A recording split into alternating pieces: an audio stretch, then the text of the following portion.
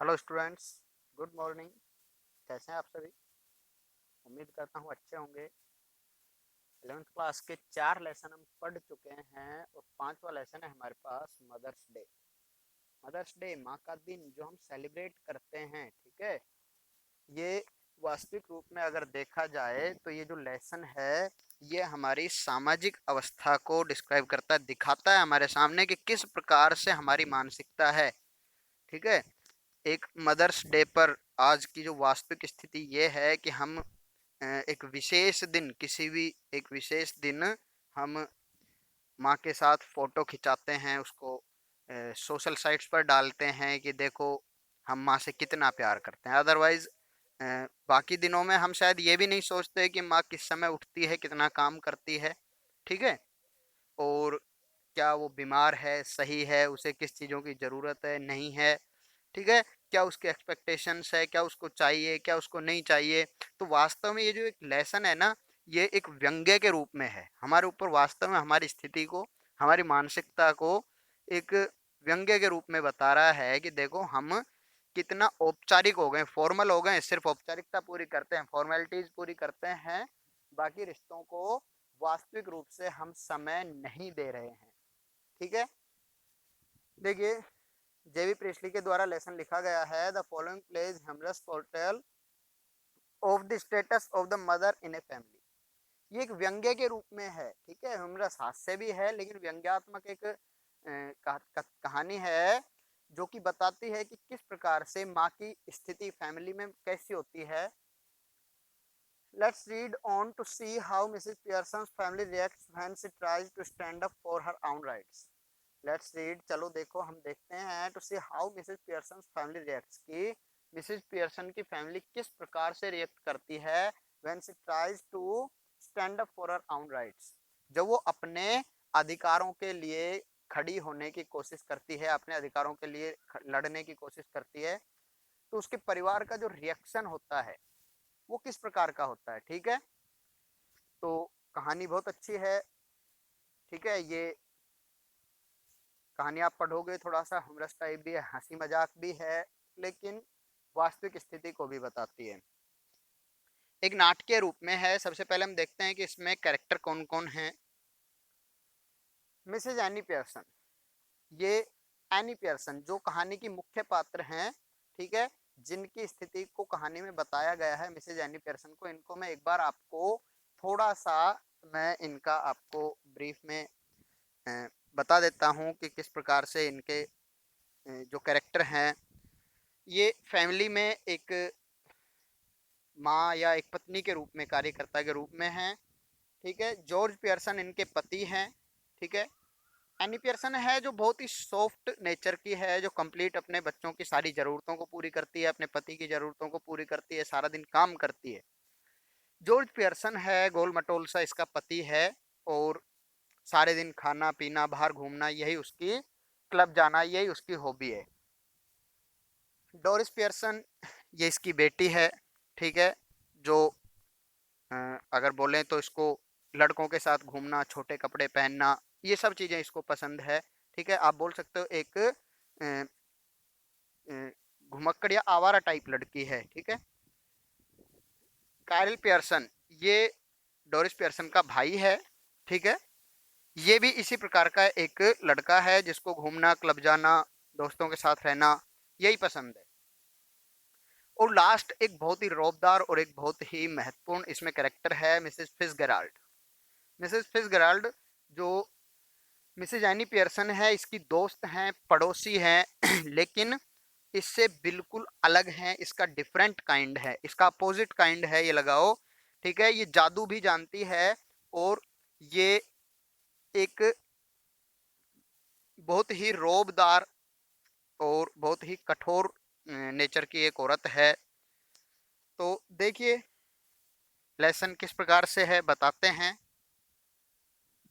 The action takes place in the living room of the person's house in a London suburb. Suburb बोलते हैं वैसे देहाती क्षेत्र को बोलते हैं, ठीक है ना, बाहरी इलाका बोल सकते हो, कि ये एक नाटक है, ठीक है। The action takes place in the living room of the Pearson house. Pearson Pearson जो फैमिली है उसके घर की बैठक का लिविंग रूम का दृश्य है, जो कि इन ए लंदन सबर्ब, लंदन के मतलब बाहरी क्षेत्र में या देहाती क्षेत्र में उनका मकान है। टाइम द प्रेजेंट इटसेल्फ, वर्तमान की बात है, अभी की, ठीक है। मतलब आपको नाटक एक सपोज करके चलना है इसमें, ठीक है, नाटक के रूप में चल रहा है ये lesson. The living room of the Pearsons family, scene देखो क्या है, पियर्सन फैमिली का लिविंग रूम है, बैठक है, आफ्टरनून का टाइम है। It is comfortably furnished, much lived in room in a small suburban semi detached villa. ये बहुत ज़्यादा यूज किया गया, काफ़ी यूज किया गया एक कमरा है, लिविंग रूम है, बैठक है छोटी, ठीक है, वेल फर्निश्ड, अच्छे से साफ सफाई या सजी हुई, ठीक है। If necessary only one door need be used, यदि जरूरत हो तो एक दरवाजे से भी काम चलाया जा सकता है। But it is better with to, लेकिन यदि दो रूम हैं, दो दरवाजे हैं, वो ज़्यादा बेटर है। One up left leading to the front door and the stairs, and the other in the right wall leading to the kitchen and the back door. इसमें दो दरवाजे हैं,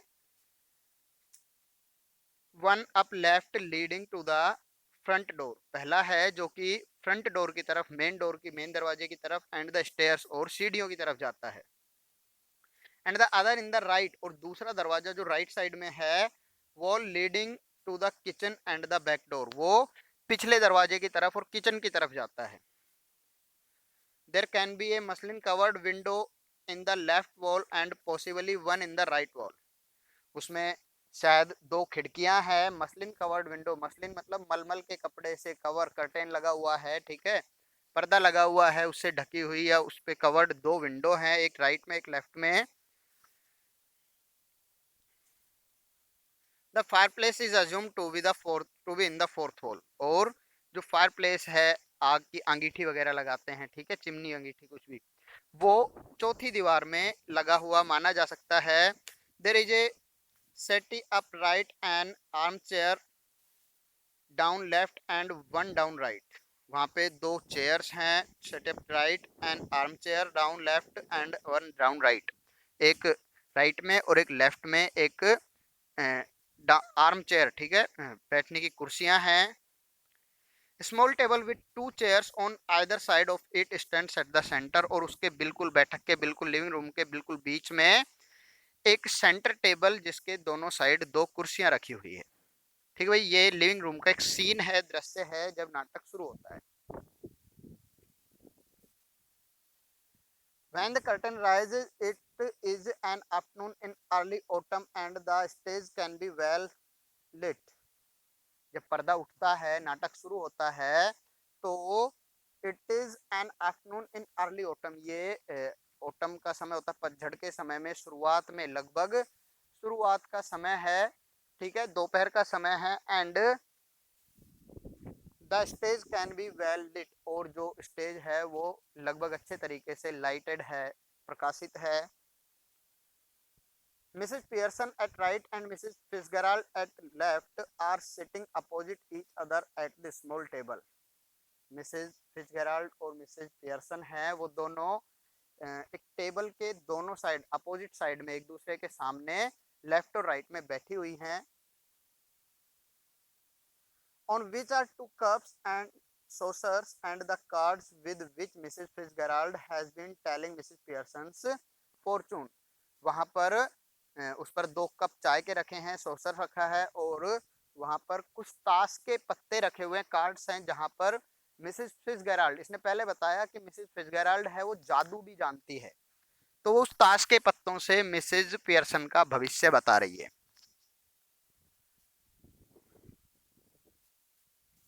Mrs Pearson is a pleasant but worried looking woman in her 40s। Mrs Pearson है वो लगभग 40 साल की, pleasant खुशनुमा, लेकिन थोड़ी सी वरीड, थोड़ी सी चिंतित दिखाई देने वाली औरत है।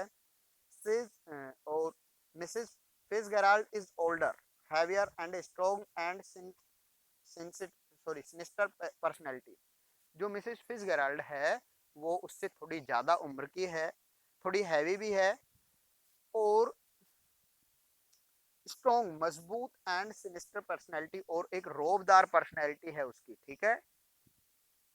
शी इज स्मोकिंग, वह धूम्रपान कर रही है, सिगरेट पी रही है। It is very important that these two florid sort of tone with a sorry,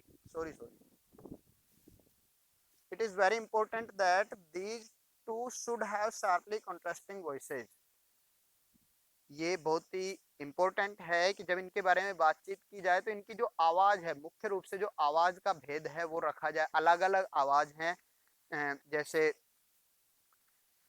Mrs Pearson है वो बहुत ही सॉफ्ट वॉइस है, और मिसेज फिट्जगेराल्ड है वो बहुत ही हार्ड वॉइस, हार्ड टोन में बात करने वाली लेडीज है। Mrs Pearson speaking in a light florid soft tone, ठीक है, बहुत ही सॉफ्ट आवाज में बात करती हैं। With a touch of suburban cockney perhaps, शायद उसमें मतलब थोड़ा सा जो सवर्न मतलब जो देहाती भाषा है वहाँ की, उसका थोड़ा सा मिक्सअप है, मिलाप है। And Mrs Fitzgerald with a deep voice rather Irish perhaps, और जो मिसेज फिट्जगेराल्ड है वो आयरिश भाषा में, लगभग आयरिश भाषा में या बहुत ही कठोर रूप से बातचीत करती है, ठीक है। अब देखिए मिसेज फिट्जगेराल्ड बोलते हैं कलेक्टिंग अप द कार्ड्स, जो ताश के पत्तों से वो भविष्य देख रही है उनको इकट्ठा करते हुए कहती है, and that's all I can tell you, इतना है जो मैं आपको बता सकती हूँ Mrs Pearson. Could be a good fortune, could be a bad one, ये आपका अच्छा भी हो सकता है भविष्य और आपका बुरा भी हो सकता है। All depends on yourself now, अब सब कुछ आप पर डिपेंड करता है। Make up your mind and there it is, make up your mind, अपना मन बना लो, एंड देयर इट इज, और मान लो हो गया सब कुछ, सिर्फ आपको निश्चय करने की जरूरत है। मिसेज पियर्सन बोलते हैं yes thank you Mrs Fitzgerald, हाँ धन्यवाद। आई एम मच ओब्लिग्ड, मैं आपके आभारी हूँ बहुत ज्यादा। आई एम श्योर, मुझे पूरा विश्वास है। It is wonderful having a real fortune teller living next door, एक अच्छा फॉर्चून टेलर मतलब भविष्य बताने वाला अगर आपके नेक्स्ट डोर आपके पड़ोस में रहता है, इट इज वेरी गुड, तो ये बहुत ही अच्छी बात है। Did you learn that out east too, क्या ये भी आपने उस समय सीखा था जब ईस्ट के देशों में आप रहती थी। मिसेज फिट्जगेराल्ड बोलते हैं आई डिड, हाँ सही बात है। 12 years I had of it with my old man rising to be lieutenant quarter master, मैंने 12 साल तक इसको सीखा था जब मेरे पति लेफ्टिनेंट क्वार्टर मास्टर की मतलब पोस्ट पर पदोन्नत हो रहे थे, ठीक है ना। ही लर्नड ए लॉट, उसने भी बहुत सीखा। And I learned a lot more, और मैंने उससे भी ज्यादा सीखा। But will you make up your mind now mister Pearson dear, लेकिन मिसेज पियर्सन डियर, प्रिय Mrs Pearson, would you make your mind now, क्या तुम अब अपना मन बनाओगी, क्या तुम ऐसा करोगी।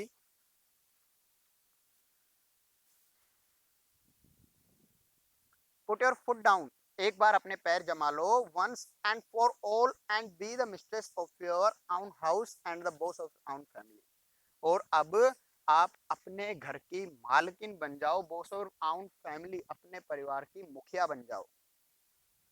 मिसेज पियर्सन स्माइलिंग अपोलोजेटिकली, थोड़ा सा हंसते हुए झिझकते हुए, that's easier said than done, ये कहना आसान है करने से, कहती है कि कहना करने से ज्यादा आसान है। Besides I am so fond of them even if they are so thoughtless and selfish, और साथ ही कहती है I am so fond of them, मैं उन्हें बहुत प्यार करती हूँ अपने परिवार को। Even they are so thoughtless and selfish, हालांकि वो बहुत ही ज्यादा, मेरा परिवार है वो बहुत ही ज्यादा थॉटलेस, विचार नहीं करता, मेरे बारे में सोचता नहीं है, और सेल्फिश बहुत ही स्वार्थी तरीके के हैं। They don't mean to be, लेकिन हो सकता है ऐसा नहीं भी हो, ठीक है। Cutting in may be not, हो सकता है नहीं हो, ठीक है, मतलब नहीं हो, वो स्वार्थी नहीं भी हो। But it would be better for them if they learn to treat you properly, मैं नहीं कहती कि वो स्वार्थी है, मिसेस फिट्जगेराल्ड कहती है but it would be better, लेकिन ये अच्छा रहेगा if they learn to treat you properly, यदि वो सब सीख लें टू ट्रीट यू प्रॉपरली, तुम्हारे साथ अच्छा व्यवहार करना, ठीक है। Yes I suppose it would in a way, yes हाँ अच्छी बात है। I suppose it would in a way, हो सकता है ऐसा शायद होगा, no doubt about it at all, इसमें कोई संदेह की बात नहीं है। मिसेज फिtzgerald कहती है वो is the better for being spoiled, लेकिन वो इज द बेटर मतलब किसका भला हो रहा है, वो मतलब किसका भला हो रहा है, फॉर बीइंग स्पॉइल्ड, इस प्रकार से आप सभी चीजों को स्पॉइल कर रहे हो, खराब कर रहे हो, इसमें किसका भला हो रहा है, ग्रॉन मैन, लैड और गर्ल, उस बड़े व्यक्ति का, तुम्हारे पति का, गर्ल और बॉय, या उस लड़के का या उस लड़की का, किसका भला हो रहा है, नोबडी, किसी का नहीं। You think it does them good when you run after them all time, तुम सोचती हो कि जब तुम उनके पीछे पूरे दिन ऑल टाइम हमेशा घूमती रहती हो तो उससे कुछ भला होता है। टेक देयर ऑर्डर्स, तुम उनके आदेश मानती हो, as if you were the servant in the house, जैसे कि मान लो तुम उस घर की नौकरानी हो, stay at home every night while they go out enjoying themselves, तुम हमेशा रात्रि को घर में रुकती हो जबकि वो रात में एंजॉय करने के लिए, पार्टी करने के लिए चले जाते हैं।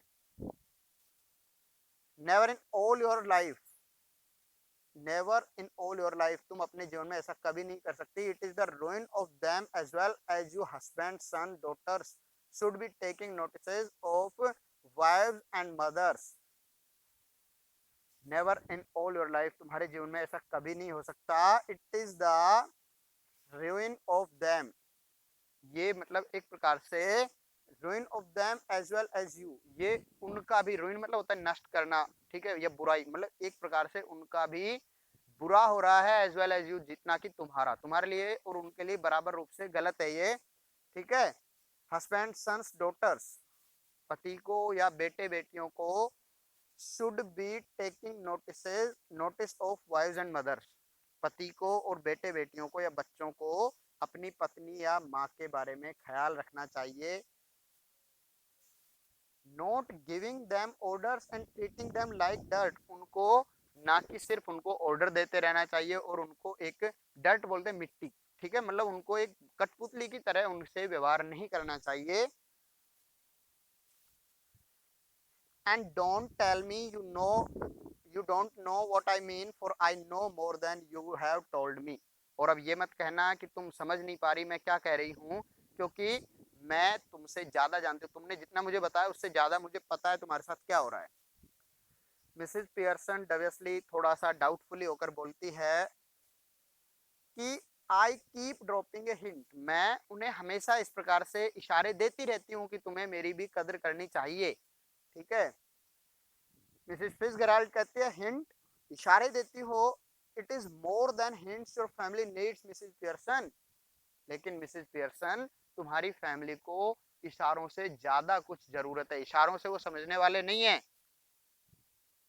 मिसेस पियर्सन डबियसली थोड़ा सा फिर से डाउटफुली या उसको थोड़ा सा असमंजस में होकर कहती है आई सपोज इट इज, मुझे भी ऐसा ही लगता है, but I do hate any unpleasantness, लेकिन मैं किसी भी अनप्लीजेंटनेस मतलब कोई अनप्लीजेंट, कोई दुखी हो, इस चीज से मैं नफरत करती हूँ, मैं नहीं चाहती कि कोई दुखी हो। And it is so hard to know where to start, और मतलब मैं ये भी नहीं जानती कि मैं किस प्रकार से स्टार्ट करूं इस चीज को, उनसे दुर्व्यवहार करना या उनके जैसा कैसे बनूं मैं। I keep making up my mind to have it out with them, but somehow I don't know how to begin. मैं कोशिश करती हूँ, I keep making up my mind, मैं हर बार मन बनाती हूँ to have it out with them, कि इस प्रकार का व्यवहार उनके साथ करूं, but somehow I don't know how to begin, लेकिन किसी तरीके से I don't know how to begin, मुझे नहीं पता कि मैं कैसे शुरू करूं। She glances at her watch or at a clock, वो अपनी घड़ी की तरफ देखती है और eight o'clock, oh God gracious, हे भगवान, लुक एट द टाइम, समय की तरफ देखो, टाइम देखो, नथिंग रेडी, कुछ भी तैयार नहीं है, and they will be home any minute, और वो किसी भी समय आ जाएंगे, and probably all in a hurry to go out again, और प्रोबेबली और शायद उनको फिर वापस जाने की जल्दी रहेगी, ठीक है, मतलब किसी भी समय वो आ सकते हैं। As she is about to ride, rise, जैसे ही वो उठने लगती है, Mrs Fitzgerald reach out across the table and pulls her down. Mrs Fitzgerald अपने हाथ को टेबल से बढ़ाते हुए उसको खींचकर बिठा देती है वापस। मिसेस फिट्जगेराल्ड बोलती है लेट देम वेट और look after themselves for once. कम से कम एक बार के लिए तो उन्हें वेट करने दो, या लुक आफ्टर देम सेल्फ, उन्हें खुद से अपने आप की संभाल करने दो। This is where your foot goes down, यही वो चीज है जहां से तुम्हारे पैर जमेंगे। स्टार्ट नाउ, अभी से शुरू कर दो। She lights a cigarette from the one she had just finished. वो अभी एक सिगरेट पीकर चुकी है और फिर से एक सिगरेट जला लेती है। Mrs Pearson embarrassed, Mrs Pearson थोड़ा सा शर्मिंदा होकर, Mrs Fitzgerald I know you mean well, in fact I agree with you but I just can't. And it is no use you trying to make me. If I promise you, I would really have it out with them. ये कहती है शर्मिंदा होकर के Mrs Fitzgerald, I know you, you mean well, मैं जानती हूँ कि आपका जो मतलब अर्थ है वो अच्छा है, मतलब तुम मेरा भला चाहती हो। इनफैक्ट वास्तव में आई एग्री विद यू, मैं आपसे सहमत भी हूँ, बट आई जस्ट कांट, लेकिन मैं ऐसा कर नहीं सकती। And it is no use you trying to make me, और तुम्हें ऐसा मुझसे कराने से कोई फायदा भी नहीं है। इफ आई प्रोमिस यू, यदि मैं आपसे प्रोमिस भी करूं, I would really have it out with them, कि मैं वास्तव में ऐसा करूंगी। I know I would not be able to keep my promise, तो मैं जानती हूँ मैं अपना वादा पूरा नहीं कर पाऊंगी। ठीक है। मिसेस फिट्जगेराल्ड कहती है then let me do it, फिर मुझे करने दो ऐसा, एक काम करो, तुमसे नहीं होता है, मैं करती हूँ। ठीक है भाई। तो देखो लेसन आपका काफी बड़ा है। फिर देखते हैं अब इसके बाद की प्रक्रिया कैसे जो मिसेस फिट्जगेराल्ड है वो कैसे करती है। ठीक है। लेसन है, अच्छा है, मजा आएगा पढ़ना। ओके।